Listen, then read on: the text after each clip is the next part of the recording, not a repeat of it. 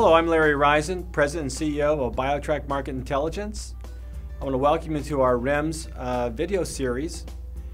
We are a leading provider of REMS assessment, implementation, and design services, and we're happy to bring to you this video series on strategies for conducting a REMS assessment, as well as ways to optimize your REMS program design. Welcome to part one of BioTrak's REMS assessment video series. In this video, I'll provide an overview of conducting REMS assessments, discuss strategies for designing a REMS assessment program, and give examples of REMS assessments' domains of interest. Since March 2008, the U.S. FDA has taken action on its new authority under the FDAA Act to require a risk evaluation and mitigation strategy, or REMS, whenever necessary to ensure that the benefits of a drug outweigh the risk. In this video series, we're going to share valuable insights and strategies about conducting a REMS assessment using surveys for key stakeholders. A REMS program, or REMS elements, fall into one or more of the following three categories: elements to assure safe use, healthcare professional communication plan, or patient medication guide and patient package insert.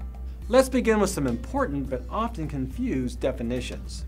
With respect to REMS, the FDA uses the word tool to describe a process or system designed to implement one or more REMS elements. And in some cases, a REMS element itself, such as a medication guide, may be viewed as a REMS tool. Our three-part video series, of which this is part one, focuses on REMS assessments. What is the purpose of a REMS assessment? To measure the effectiveness of the REMS program or tools in achieving the goals of the REMS, ultimately to improve safe use of medications. In conducting a REMS assessment, the pharmaceutical industry faces several challenges. How do you go about doing a REMS assessment? What are the acceptable and practical methods for patient recruitment and assessment? What are the acceptable and practical methods for prescriber recruitment and assessment? What's an acceptable sample size, and how does one minimize sample bias? These and many other important questions will be addressed in our three-part video series. Each video is only 3 to 4 minutes long. We encourage you to view them all.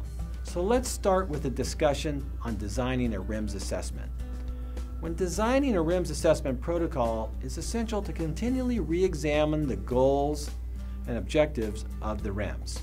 That is, to measure program effectiveness of REMS tools in achieving the goals of the REMS. For new drugs, FDA will require a REMS assessment protocol with surveys to be completed and submitted with the NDA prior to the drug approval. For approved drugs identified as needing a REMS, the timeline for protocol submission will be communicated by FDA.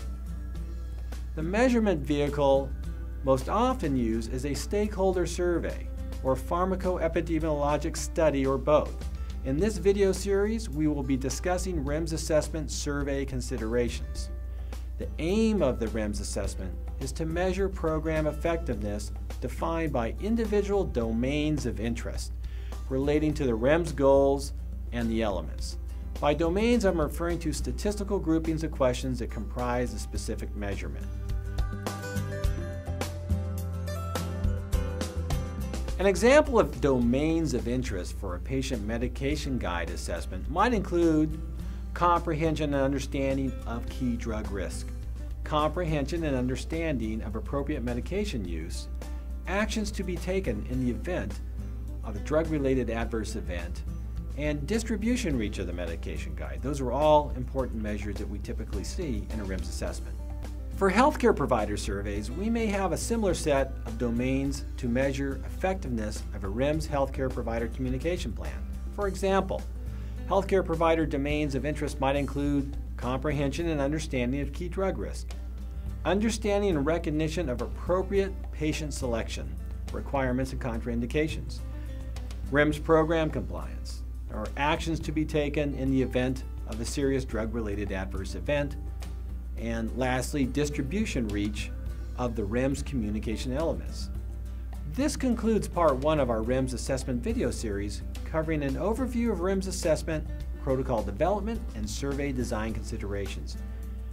We will continue in videos Part 2 and Part 3 by looking at specific techniques for implementing a RIMS assessment, and we'll be sharing learnings from past RIMS experiences.